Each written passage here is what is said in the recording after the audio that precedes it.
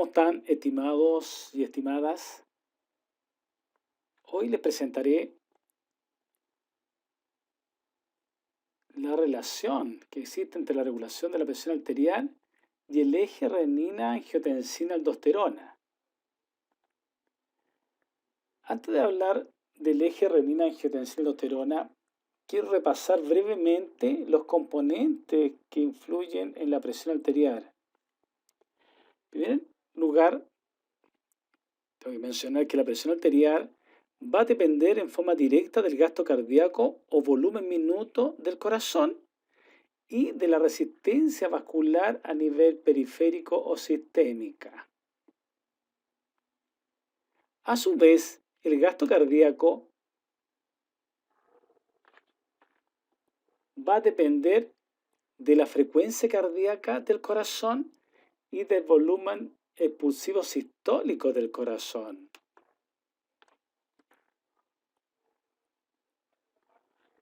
La variable de la frecuencia cardíaca va a estar determinada por el automatismo cardíaco, es decir, del sistema eléctrico del corazón, llamado también éxito conductor o éxito conector, ¿ya? Que está compuesto por su marcapaso principal, el nodo sinusal, el segundo marcapaso, el nodo auriculoventricular, el haz de His o fascículo interventricular, las ramas derecha e izquierda y la red ventricular, ¿no es cierto?, que rodea los ventrículos o red de Purkinje, el cual también va a estar determinado, ¿no es cierto?, por la influencia que ejerce el sistema nervioso autónomo, conformado por el sistema simpático y parasimpático. Recordemos que el sistema simpático es el que acelera la frecuencia cardíaca, es decir, produce un cronotropismo positivo. Y el otro componente, el sistema nervioso parasimpático, hace lo contrario. Ejerce un componente de reducir la frecuencia cardíaca, disminuir la frecuencia cardíaca, de tal forma que produce un cronotropismo negativo. El volumen expulsivo sistólico del corazón está influenciado por tres variables: la contractilidad cardíaca, la precarga de los ventrículos y la poscarga ventricular. La contractilidad cardíaca se refiere al funcionamiento propiamente tal del músculo cardíaco, de su indemnidad, de su fisiología normal. La precarga se refiere al llenado de los ventrículos en diástole, ¿ya?, que depende a su vez de la volemia, de la cantidad de sangre que existe en el aparato cardiocirculatorio y del retorno venoso. En cambio, la poscarga va a depender de la resistencia que se opone al vaciamiento de los ventrículos, ¿ya? De tal forma que todas estas variables van a influir y redundar en el aumento de la presión arterial o disminución de ella. Debo señalar además que el componente de la resistencia vascular sistémico-periférica va a depender en forma inversa del radio de los vasos sanguíneos, es decir, a menor lumen, a menor radio, a menor diámetro, mayor va a ser la resistencia vascular sistémica, y a su vez, a mayor radio, mayor diámetro, mayor lumen de los vasos sanguíneos, menor va a ser la resistencia vascular, ¿ya? Debo recordar además que la resistencia vascular sistémica va a depender de tres factores importantes: factores de índole local, factores de índole humorales y factores de índole neuronales, ¿ya? De tal forma que los factores locales están dados por la endotelina, un potente vasoconstrictor local, ¿no es cierto?, y el óxido nítrico, un potente vasodilatador, ¿no es cierto?, a nivel de endotelio. De la parte humoral, es decir, de hormonas que están en la circulación, que afectan la resistencia vascular periférica o sistémica, tenemos que mencionar la adrenalina, ¿no es cierto?, que es liberada de la médula de la glándula suprarrenal. De los factores neurales o neuronales, tengo que mencionar el sistema simpático y parasimpático que mencionamos anteriormente, que van a influir en la resistencia vascular periférica también, ¿no es cierto? Van a producir el sistema simpático a nivel periférico, vasoconstricción, y el sistema parasimpático, vasodilatación. Les debo explicar que la resistencia vascular periférica a que me refiero, que regula de forma íntima e importante la presión arterial, es a nivel de las arteriolas, ¿ya? Con un componente muscular en esa zona que va a producir la redistribución de flujo, ¿no es cierto? Y el aumento, el aumento local o aumento sistémico de la presión arterial. Ahora sí, estamos en condiciones de avanzar y examinar este sistema en forma breve, sistema renina-angiotensina-aldosterona, un sistema enzimático complejo que tiene como fin último regular la presión arterial y mantener el balance hidrosalino. Les debo mencionar en primer lugar que el órgano que regula la presión arterial es el riñón. El riñón es, por lo tanto, el principal órgano que está encargado de esta regulación y lo hace a través de un aparato llamado aparato yuxtaglomerular. El aparato yuxtaglomerular se ubica anatómicamente en los nefrones del riñón. Les recuerdo que cada riñón tiene 1 millón a 1,5 millones de nefrones. De tal forma que este aparato yuxtaglomerular, que está constituido estructuralmente por células endoteliales de la arteriola aferente y por la mácula densa, que son células epiteliales del túbulo contorneado distal, que están muy cercanos al glomérulo, de tal forma que van a formar este aparato yuxtaglomerular.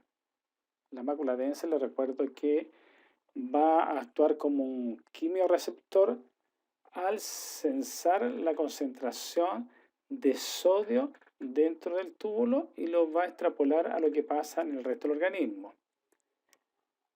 En cambio, las células yuxtaglomerulares que pertenecen al endotelio de la arteriola aferente, que van a producir la renina, van a funcionar como vasoreceptores, de tal forma que van a sensar la perfusión a ese nivel, de tal forma que cuando se produce una disminución de la perfusión, una disminución de la irrigación a nivel renal, se va a estimular la secreción y el aumento de la síntesis de renina para liberarla al torrente sanguíneo. La renina de esta forma inicia esta cascada enzimática compleja que lleva como fin último producir un potente vasoconstrictor que es la angiotensina 2. ¿Cómo lo hace? La renina va a actuar sobre un sustrato, un polipéptido, que es fabricado, sintetizado a nivel hepático y liberado al torrente sanguíneo, de tal forma que la renina va a actuar sobre este polipéptido y lo va a transformar en un decapéptido inactivo funcionalmente llamado angiotensina 1. La angiotensina 1 a su vez va a servir de sustrato a una segunda enzima llamada ECA, enzima convertidora de angiotensina, que es producida y sintetizada a nivel del endotelio vascular pulmonar y en menor medida a nivel renal. De tal forma que el producto final es la formación de angiotensina 2. ¿Ya? Vamos a ver las acciones de la angiotensina 2, que tiene varios efectos sistémicos, que el fin último lo que busca es mantener y aumentar la presión arterial cuando ésta está en forma de hipotensión. De tal forma que va a actuar en primer lugar como un potente vasoconstrictor periférico, actuando a nivel de los receptores de las células musculares lisas ubicadas en la capa media de las arteriolas para producir, ¿no es cierto?, el ingreso del calcio y de esta forma estimular al músculo liso de la arteriola y producir vasoconstricción. Ya de esta forma es un potente vasoconstrictor periférico como eje de su acción. Además, va a actuar a nivel central de dos maneras, estimulando en forma directa la producción y estimulación de noradrenalina a nivel del sistema simpático, de tal forma que estas vías eferentes van a permitir potenciar el efecto de la angiotensina 2 a nivel periférico. Además, otro efecto importante de la angiotensina 2 es actuar en forma directa a nivel de hipotálamo, produciendo dos efectos importantes. Uno es un efecto dipsógeno, es decir, estimula la sensación de sed en el individuo y de esta manera aumenta la ingesta de agua al organismo. Y por otra parte, estimula a los núcleos paraventriculares y supraópticos del hipotálamo para que produzca una hormona, ¿no es cierto?, que va a ser almacenada y liberada en la neurohipófisis o lóbulo posterior de la hipófisis. Esta hormona es la hormona antidiurética, llamada también vasopresina, ¿ya? Les recuerdo que la hormona antidiurética va a actuar a nivel del túbulo colector para permitir la absorción de agua y también a nivel del túbulo contorneado distal. Pero en condiciones de baja presión va a actuar como un potente vasoconstrictor también. Otra acción importante es que la angiotensina 2 va a actuar a nivel de la glándula suprarrenal. La glándula suprarrenal se encuentra ubicada anatómicamente en los polos superiores de los dos riñones, ¿ya? Les recuerdo que la glándula suprarrenal está formada por una corteza y una médula. La angiotensina 2 va a actuar en los dos lugares, tanto en la corteza como en la médula. A nivel de la corteza de la glándula suprarrenal va a actuar, ¿no es cierto?, y estimular la síntesis y secreción en la porción glomerulosa de la corteza de una mineralocorticoide, de una hormona mineralocorticoide, una hormona esteroidal, de naturaleza esteroidal, llamada aldosterona. La aldosterona es tremendamente importante porque va a actuar en el mismo riñón a nivel de los nefrones, a nivel de los túbulos contorneados distal y colector, de tal forma que va a permitir la reabsorción de sodio y cloro y la excreción de potasio en el túbulo contorneado distal y eliminación de protones a nivel del túbulo colector, ¿ya? De esta forma va a permitir, ¿no es cierto?, el aumento de la osmolaridad en la sangre, que va a ser sensada a nivel de hipotálamo para que también se estimule, ¿no es cierto?, la liberación de esta hormona que es la ADH. Además, como les dije, va a actuar a nivel de la médula de la glándula suprarrenal para potenciar el efecto simpático liberando adrenalina como hormona y no adrenalina en menor cantidad, de tal forma que van a potenciar el efecto a nivel de la resistencia vascular sistémica, produciendo una potenciación en la vasoconstricción que produce la angiotensina 2 a nivel de arteriola. Por tanto, todos estos efectos en conjunto van a permitir el aumento y la mantención de la presión arterial.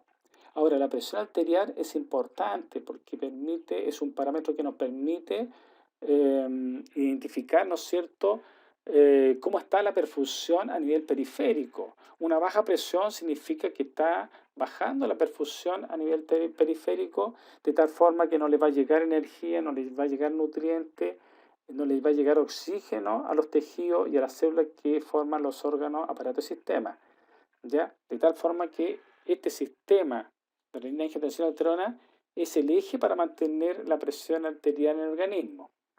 Una vez que aumenta la retención de agua y sal, aumenta la volemia, aumenta la osmolaridad, ¿no es cierto?, de tal forma que permita aumentar esta volemia, aumentar el retorno venoso, aumentar la volemia de alguna forma, va a permitir un aumento importante de la perfusión de todos los órganos, aparatos y sistemas, que una vez que llega a cierto límite va a ser censada nuevamente a nivel del aparato yuxtaglomerular del riñón, ubicados en las unidades anatomofuncionales de los riñones, que son los nefrones, y de esta forma van a hacer un feedback negativo, disminuyendo la producción y liberación de renina. De esa manera, frenando el eje renina-angiotensina-aldosterona, con menor producción de angiotensina 2 y su efecto a nivel sistémico. De esta manera se mantiene en forma dinámica la presión arterial. Ya recordemos que la presión arterial también depende de varios receptores que están ubicados a nivel del callado aórtico, a nivel de las arterias carótidas, ¿ya? De tal forma que estos varios receptores van a ser sensados a nivel central en forma muy rápida cuando hay baja de perfusión rápida. Por tanto, el sistema renina-angiotensina-aldosterona es un sistema que permite mantener en el tiempo, en forma estable, la presión arterial, ¿ya? Y el balance hidrosalino. Espero que le haya ayudado este breve resumen del eje renina-angiotensina-aldosterona y su relación con la regulación de la presión arterial. Si les gustó, hagan un like, y las personas que no estén suscritas, suscríbanse para que les pueda llegar nuevos videos de fisiología, fisiopatología y anatomía que les pueda interesar. Muchas gracias por su atención y nos vemos en una próxima oportunidad.